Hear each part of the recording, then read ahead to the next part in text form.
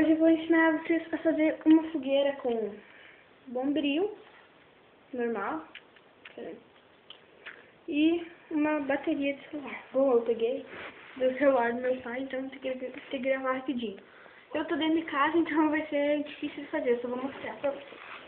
Vocês rasgam, o certo é rasgar o bombril no meio, mas eu vou fazer um pequenininho, né? Que é melhor.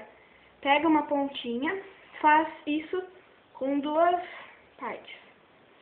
Aqui.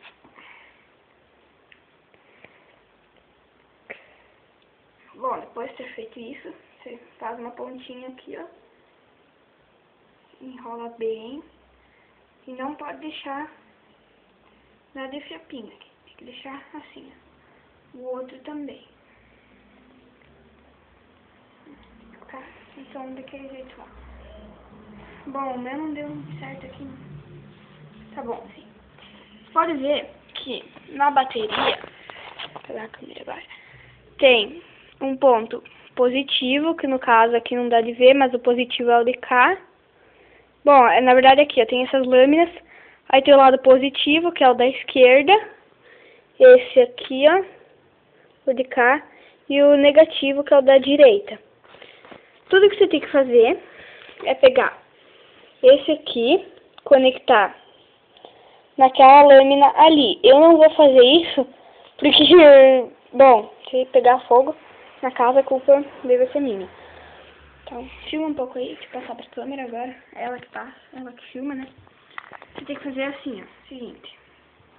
Pega essa parte aqui, conecta um de cada lado. Esse aqui e esse aqui. Você tem que fazer assim, ó. Tem que colocar os dois no mesmo tempo. Só que, ó, não pode encostar, senão você vai levar um choque. Tem que colocar assim, os dois ao mesmo tempo.